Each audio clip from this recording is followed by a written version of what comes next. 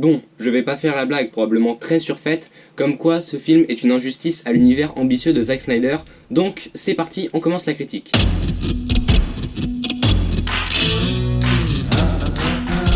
Bonjour tout le monde, on se retrouve aujourd'hui pour parler du film Justice League sorti en 2017 et qui est réalisé à la fois par Zack Snyder et Joss Whedon. Pour ceux qui ont vécu dans une Batcave pendant les 4 dernières années, je vous remets un peu dans le contexte. On a d'abord eu Man of Steel et Batman vs Superman, deux films réalisés par Zack Snyder. C'est des films qui avaient des défauts effectivement, par exemple le premier avait des personnages vachement froids et le deuxième, même s'il a réglé ce problème, il avait toujours un scénario plutôt bancal, qui était pas à la hauteur du projet et qui noircissait toujours un peu le tableau. Mais dans l'ensemble, je trouve que c'est quand même des films vachement ambitieux et assez intéressants quand même, je trouve que ça reste des bons films.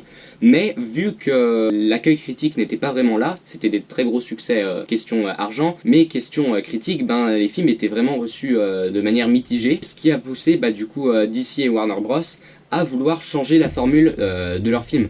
Et donc ils ont voulu copier Marvel en faisant des films plus fun, plus divertissants et du coup moins sombres, parce que c'est vraiment ce côté sombre qui avait principalement déplu aux critiques qui disaient que cet univers se prenait trop au sérieux. Moi je trouve que c'est un bon point, mais bon. Et le problème, c'est que ce changement il s'est pas effectué entre deux films. C'est qu'il s'est effectué en fait en plein milieu d'un film, pendant la production d'un film, et ce film c'est la Justice League de Zack Snyder et Joss Whedon. Suite à un drame familial, Zack Snyder a dû quitter le projet, et il a été remplacé par Joss Whedon, et du coup les producteurs ont voulu transformer le film dark en film fun en plein milieu de sa création, et du coup évidemment on voit que DC n'ont pas appris leurs erreurs. DC, vous êtes cons. Et le film est plus ou moins raté comme on va le voir. Donc pour commencer, je veux que vous sachiez que c'est mon avis personnel sur le film. Si vous avez un avis différent, tant mieux pour vous. Mon but n'est pas de vous imposer mon avis, juste de le partager. Bon visionnage. Ah oui, et je voudrais aussi ajouter que forcément cette critique en fait va spoiler le dernier film Batman vs Superman. Mais bon, en tout cas, pour ce qui est du film Justice League en lui-même, sachez qu'il n'y aura pas de spoiler avant l'avertissement, mais pour Batman vs Superman, ça va spoiler dès maintenant. C'est parti, pour la critique. Suite à la mort de Superman dans le dernier film, je vous avais prévenu, ça spoil. Batman il décide de créer une équipe de super-héros pour défendre la Terre d'une attaque extraterrestre. Il va donc réunir Aquaman, Wonder Woman, Cyborg et Flash pour défendre la Terre de Steppenwolf et son armée qui veulent récupérer des pierres d'infinité. Quoi ? Ah merde. Non, encore une blague surfaite. Non, c'est pas des pierres d'infinité, c'est des boîtes mères. Non mais désolé, mais après, je sais que 25 millions de personnes ont fait cette blague, mais après, vous allez vraiment m'en vouloir parce que j'ai dit la blague de la pierre d'infinité au lieu de la boîte mère. Franchement, si vous mettez un pouce en bas à cause de ça, je vous dézingue. Enfin après déjà faudrait savoir qui a mis un pouce en bas, ce qui est pas facile sachant que c'est anonyme, c'est galère, c'est galère. Mais bon après, je pourrais toujours trouver un moyen, au pire si vous mettez un pouce en bas et que vous avez pas aimé la blague, vous m'appelez, je viens, on en discute et puis après voilà, faut savoir rester calme des fois, pas toujours obligé de se finir avec les points. Bref, vous savez de quoi parle le film, on va commencer tout de suite la critique en parlant de l'univers et de l'ambiance du film. C'est parti.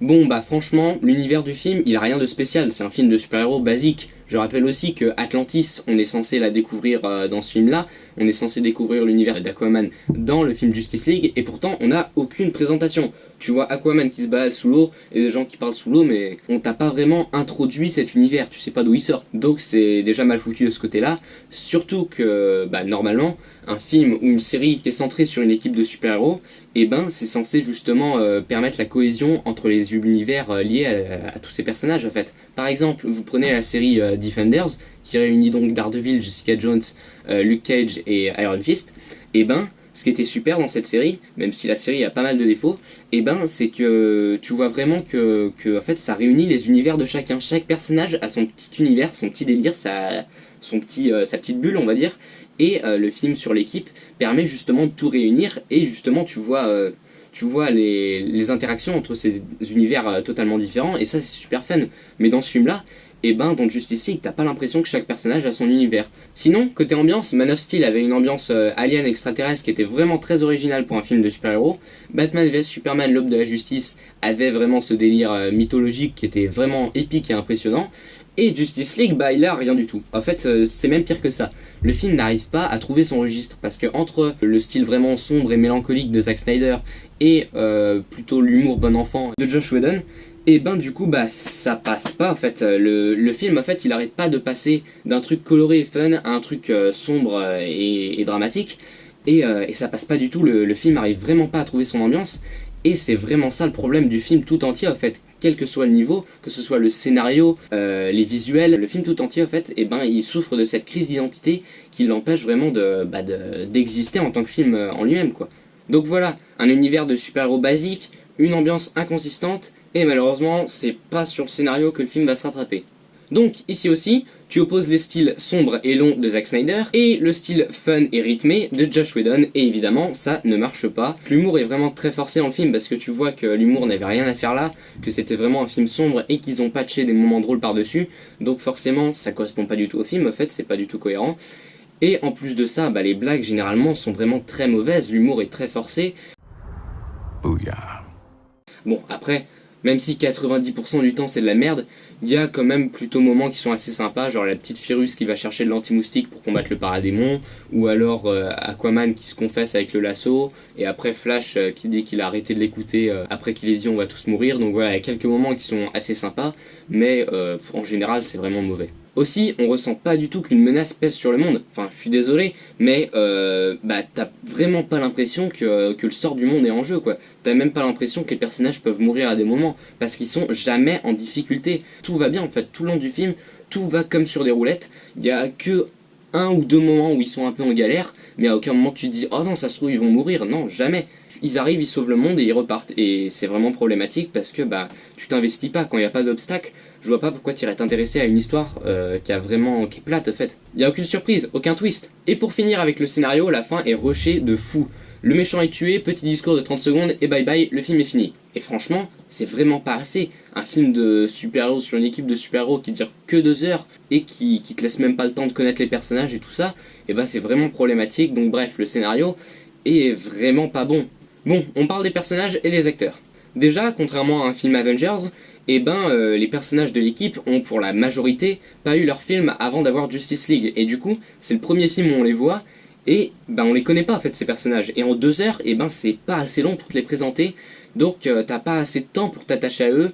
Et aussi le film il propose aucune interaction entre les personnages n'ont aucune alchimie alors que c'est pourtant, je le rappelle, la base d'un film sur une équipe de super-héros, et pourtant ils communiquent presque jamais, et au final t'as pas vraiment l'impression que c'est une équipe à la fin. Quand tu vois la fin du film, tu te dis pas en mode et voilà, c'était l'équipe, c'était à Justice League. Non, tu te dis juste ouais, c'était 4-5 mecs ensemble qui se sont entraînés pour sauver le monde, mais au final c'était pas intéressant. Et ça c'est vraiment dommage. Alors oui, ils ont tenté de faire un truc un peu une relation entre Batman et Flash, comme la relation chez Marvel entre Iron Man et Spider-Man. Don't talk, don't fight, get in, get one out. And then? You'll know. Mais c'est très superficiel encore une fois, et t'as pas vraiment l'impression qu'il y a grand chose. Il y a une ou deux fois où Batman apprend à Flash comment être un super héros un peu, mais ça va beaucoup trop vite et au final t'y crois pas vraiment quoi. Batman dans ce film est plutôt inintéressant, il n'a pas d'évolution contrairement à Batman vs Superman où il était plutôt intéressant je trouve, et ses blagues sont plutôt nulles, et toutes ces répliques qui sont censées être plutôt épiques, et au final elles sont plutôt creuses et c'est plutôt ridicule. Et pareil pour Wonder Woman qui était vraiment cool dans son propre film et BVS, ici elle fait pas grand chose, surtout quand tu sais que c'est une déesse quand même, elle fait pas grand chose dans le film, et en plus de ça Gal Gadot joue toujours pas génial. Heureusement que sa bande son est super classe parce que sinon le personnage c'est poubelle, comme tous les autres d'ailleurs. Pour le coup Aquaman je trouve qu'il est mieux que dans son propre film. Bon c'est toujours pas ça, mais au moins il est moins débile. Et son armure est plutôt classe, mais bon après c'est toujours pas génial, c'est toujours pas un perso incroyable, malgré un potentiel super, ce personnage est gâché, il est relégué au rang de boulet de service. D'ailleurs j'ai fait une critique du film Aquaman, donc si vous voulez la voir, elle est disponible. Cyborg est utile au scénario, c'est tout. En vrai, le perso, il a quasiment pas de personnalité et c'est dommage parce que je trouve que le personnage a l'air très intéressant. C'est la première fois que je vois Justice League en VO et je trouve que Ray Fisher, il joue vachement bien en fait parce que je m'y attendais pas, j'avais vu que la VF qui est vraiment nulle, la VF de son personnage. Mais là pour le coup, j'ai été étonné, je trouve qu'il joue vachement bien. Et le perso, il a l'air intéressant, il a l'air cool. Et en plus, tout le film tourne autour de lui. C'est vraiment le centre de l'histoire parce qu'il est connecté aux boîtes mères et tout. Et pourtant, c'est un personnage secondaire. Et son rôle, il a rien d'intéressant, alors que pourtant ça devrait être presque le rôle principal quoi, et pourtant il sert à rien en fait. Enfin si, il sert à tout dans le film, mais il ne sert qu'à servir en fait. Il n'est pas intéressant. Flash est nul, il est ni utile au scénario, ni attachant. Ezra Miller, tant que ça reste sérieux, je trouve que ça va, il se débrouille comme acteur. Par contre, dès que ça tourne à l'humour, c'est totalement ridicule. Yes. Gross. Oh. Bref, c'est à peu près pareil pour tous les acteurs dans ce film. Et du coup, Flash, la manière dont il court, je trouve que c'est vraiment très bizarre. Au premier abord, c'est plutôt dérangeant, mais au final, c'est vachement original et ça change des autres personnages qui courent vite, comme Quicksilver chez Marvel par exemple. Par contre, il y a des moments, faut pas abuser, il a l'air super chelou quand il bouge. Des fois, il y a des moments, c'est vraiment gênant, quoi. Il bouge comme un robot, c'est bizarre. Par contre, j'aime assez son côté hyperactif qui trouve les gens trop lents, ça je trouve que c'est assez sympa. Malheureusement, c'est un peu sous-exploité comme absolument tout dans ce film, mais l'idée est pas mal. Sinon, pour Steppenwolf, d'ailleurs, c'est quoi ce nom? Le loup des steppes? Pourquoi il s'appelle le loup des steppes? En plus, je suis sûr que sur sa planète, il n'y a même pas de loup. Alors c'est peut-être en référence aux cornes qui, dans les versions de Snyder, pourraient ressembler à des oreilles de loup qui sont penchées en arrière, mais là, c'est même pas la version de Snyder, et il a pas trop des oreilles de loup. En fait, je sais pas, pourquoi Steppenwolf? Peut-être que parmi vous, il y a des lecteurs de comics qui en connaissent un rayon sur Steppenwolf et qui pourraient me dire, moi je trouverais que ce serait plutôt sympa de me le dire, parce que franchement, Steppenwolf, ça sonne super bien, mais pourquoi? Bref, sa voix est plutôt pas mal, mais par contre, le personnage est totalement con, tu sais pas pourquoi il se bat, mais genre vraiment, il arrive sur Terre, tu sais pas quelles sont ses intentions en fait, pourquoi il veut détruire la Terre, franchement, pourquoi détruire la Terre? Qu'est-ce que ça lui apporte au mec? Et sinon aussi, le personnage, il est totalement con, je veux dire, il passe son temps à faire genre ouais, je vous surpasse tous, mais au final, il est toujours en difficulté. Il y a aucun moment où il assure, à chaque fois qu'il se bat, il se fait toujours surpasser par 2-3 Amazones, enfin bref, le personnage est vraiment con. Il a aussi des lignes de dialogue qui sont totalement incompréhensibles, je veux dire... You will love me. You all will. Ça veut dire quoi ça? Qu'est-ce qu'il veut dire par là? Et visuellement, il est complètement dégueu, je veux dire, on dirait de la pâte à modeler, et faut savoir quand même que le film est sorti en 2017. 11 ans avant, il y avait Pirates des Caraïbes 2 qui sortait avec Davy Jones, qui était 20 fois mieux fait que Steppenwolf, c'est une catastrophe. En plus de ça, et bah son design il est pourri quoi, on dirait vraiment de la pâte à modeler son visage, et son armure en fait elle a aucune gravure, elle a rien quoi, son armure c'est juste une plaque de métal toute lisse. Sinon Alfred, cette version est vraiment fun, et J.K. Simmons en Gordon je trouve que c'est un super choix, malheureusement il est beaucoup trop anecdotique, on le voit je sais pas moi 30 secondes dans le film et c'est vraiment dommage parce que je trouve que bah il avait l'air pas mal dans le rôle. Donc bref, c'est du pareil au même pour tous les personnages du film. Ils sont pas intéressants, ils ont pas d'évolution, ils sont pas attachants, et pour les acteurs, bah, ils sont tous plutôt mauvais, surtout quand ça tourne à l'humour. D'ailleurs, voici une scène qui illustre parfaitement l'humour pitoyable et l'acting ridicule.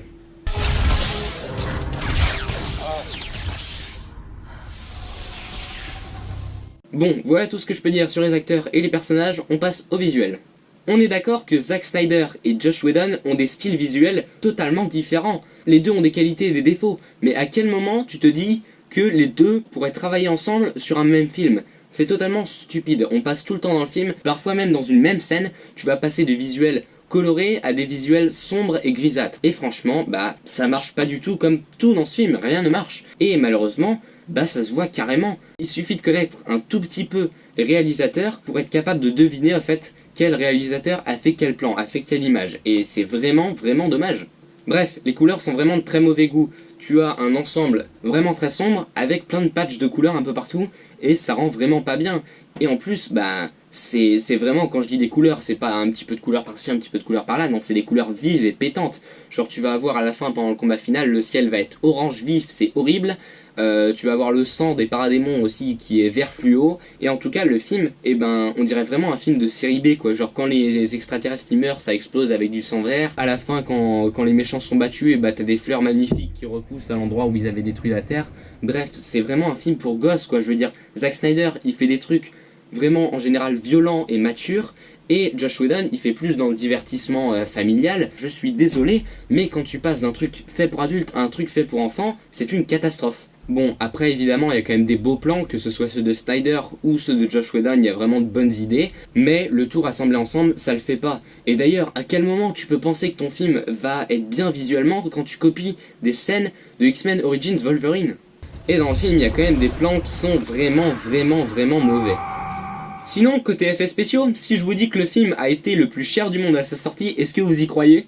Eh bah c'est vrai, non, franchement, le film est hideux visuellement, mais il a coûté 300 millions de dollars il me semble, ce qui est quand même énorme. Et pourtant le film ressemble à rien. Déjà les effets spéciaux, par exemple les personnages en CGI, eh ben ils sont très mal faits, on se souvient de Steppenwolf, et même Cyborg je trouve que même si ça va en général, eh ben il fait quand même très numérique parfois. Et pour ce qui est des fonds verts, des décors, eh ben c'est une catastrophe aussi. T'as l'impression que les fonds verts c'est des photos de décors qui sont collés à 10 cm derrière les visages des personnages, enfin des acteurs. Non, franchement, les fonds verts, ils sont très mal faits, tu n'y crois pas du tout au décor, ça se voit vraiment que ça a été filmé en studio. Pour ce qui est de l'effacement de la moustache de Cavill, franchement, même si c'est pas horrible, je pense que c'est mauvais quand même. Je veux dire, à mon avis, ça doit pas être si dur que ça quand même. Je veux dire, on arrive à créer des personnages numériques de toutes pièces, tu vas pas me dire qu'on n'arrive pas à effacer une moustache sans que ça se voit. Et du coup, bah, je trouve que, en fait, quand j'ai été petit, enfin, petit, c'était quand même il y a que... Ah, c'était il y a 4 ans quand même. Ouais, donc, il y a 4 ans, quand j'ai vu Justice League, je pensais qu'ils avaient changé d'acteur. Je savais pas que c'était Henry Cavill, je me disais, c'est bizarre, il ressemble, mais c'est pas lui. Et effectivement, en fait, il a vraiment des... Je sais pas, il a un menton... Quand il sourit, il a l'air diabolique, quoi. Il a des fossettes qui remontent, ça fait vraiment bizarre. Après des combats épiques entre des dieux qu'on a vus dans des films basés uniquement sur 2 personnages de Superman et Batman, imaginez ce qu'on va avoir dans un film d'équipe de super-héros, ça va être des combats épiques. Eh ben non, les combats ils sont mous, enfin je suis désolé, mais Avengers, qui avait des personnages bien moins puissants, et ben les combats, ils sont beaucoup plus intéressants. Alors que là, les combats, franchement, c'est mou, hein. Et le combat final, il est aussi beaucoup trop court. Je veux dire, c'est un combat final, c'est censé être le sauvetage de la Terre, mais il dure quoi, 10 minutes grand max, un quart d'heure peut-être. Et franchement, t'es pas investi du tout, quoi. À aucun moment tu te dis, ça y est, c'est le combat final, c'est là qu'il faut tout donner. Non, t'as l'impression qu'ils se battent et que c'est facile. Et d'ailleurs, Flash, il a aucun rôle dans ce combat. Genre, il sort sauver des civils, mais... tu parles, quoi, il sauve 4 personnes et un chien. T'as pas l'impression qu'il a été utile, quoi. Tu te dis, ouais, il l'aurait laissé dans sa ville à Central City, là, ça aurait pas été plus mal, quoi. Bref, même si dans certains plans, il y avait de l'idée, les mélanges de style et les effets spéciaux au rabais, rendent les visuels totalement catastrophiques. On passe à la bande originale. La BO, pour du Danny Elfman, c'est très décevant. Alors, ça fait le taf, mais c'est tout. Franchement, je m'en souviendrai pas. Même là, je suis incapable de me souvenir d'un seul petite note du film Justice League. Je me souviens absolument pas de la musique de Justice League et c'est vraiment dommage, alors que pourtant Danny Elfman c'est quand même un compositeur qui est assez bien en général quand même. Et du coup malheureusement quand tu passes après du Hans Zimmer et du Junkie XL dans les 2 précédents films, et bah là c'est totalement moins bien, c'est vraiment décevant. Par contre j'adore la chanson Everybody Knows qui passe pendant le générique d'intro où tu vois le monde en deuil de Superman, c'est vraiment une musique superbe. Pour conclure, je ne pense pas que le ratage de Justice League soit imputable à Joss Whedon. Parce que si tout le film avait été dans cet esprit à la Marvel fun, s'il avait dirigé l'ensemble du film, je pense pas que ça aurait été si mal. Ça aurait peut-être pas été aussi marquant qu'avec un film de Zack Snyder, mais je pense que ça aurait pas été mal. Non, là le problème c'est que c'est vraiment un mélange de styles opposés qui te donne un film Frankenstein. D'ailleurs ils sont plutôt bien trouvés vu qu'un de leurs personnages c'est une métaphore de Frankenstein. Donc finalement, le film, ça se trouve le film est hyper profond en fait. Ça se trouve, le film tout entier, en mélangeant des styles différents qui ne passent pas du tout, essaye de te montrer à quel point Cyborg peut être un personnage intéressant d'un point de vue psychologique, de narration, avec c'est vraiment cette métaphore de Frankenstein, de mélange, de création en fait, qui n'arrive pas à trouver sa place entre le monde virtuel et le monde humain.